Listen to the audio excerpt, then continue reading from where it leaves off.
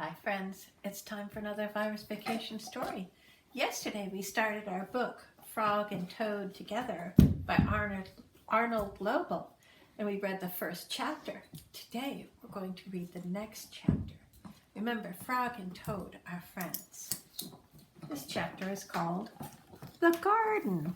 Some of you may be working in your garden. Frog was in his garden. Toad came walking by. "What a fine garden you have, Frog," he said. "Yes," said Frog. "It is very nice, but it was hard work." "I wish I had a garden," said Toad. "Here are some flower seeds. Plant them in the ground," said Frog, "and soon you will have a garden." "How soon?" asked Toad. "Quite soon," said Frog. Toad ran home. He planted the flower seeds. "Now seeds," said Toad, "start growing." Toad walked up and down a few times. The seeds did not start to grow. Toad put his head close to the ground and said loudly, "Now seeds, start growing." Toad looked at the ground again. The seeds did not start to grow. Toad put his head very close to the ground and shouted, "Now seeds, start growing." Frog came running up the path. "What is all this noise?" he asked. "My seeds will not grow," said Toad.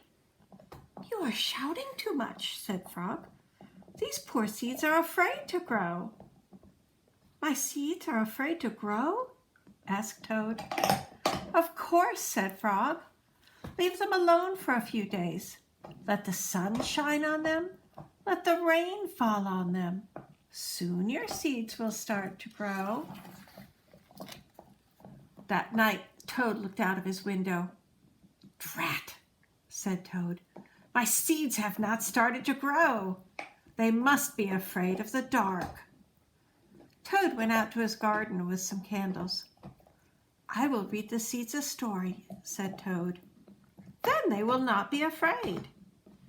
Toad read a long story to his seeds. All the next day, Toad sang songs to his seeds. And all the next day, Toad read poems to his seeds. And all the next day, Toad played music for his seeds.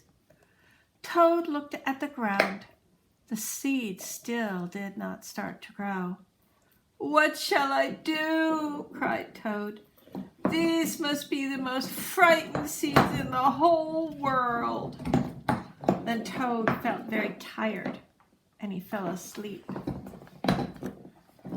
"Toad, Toad, wake up," said Frog. "Look at your garden." Toad looked at his garden.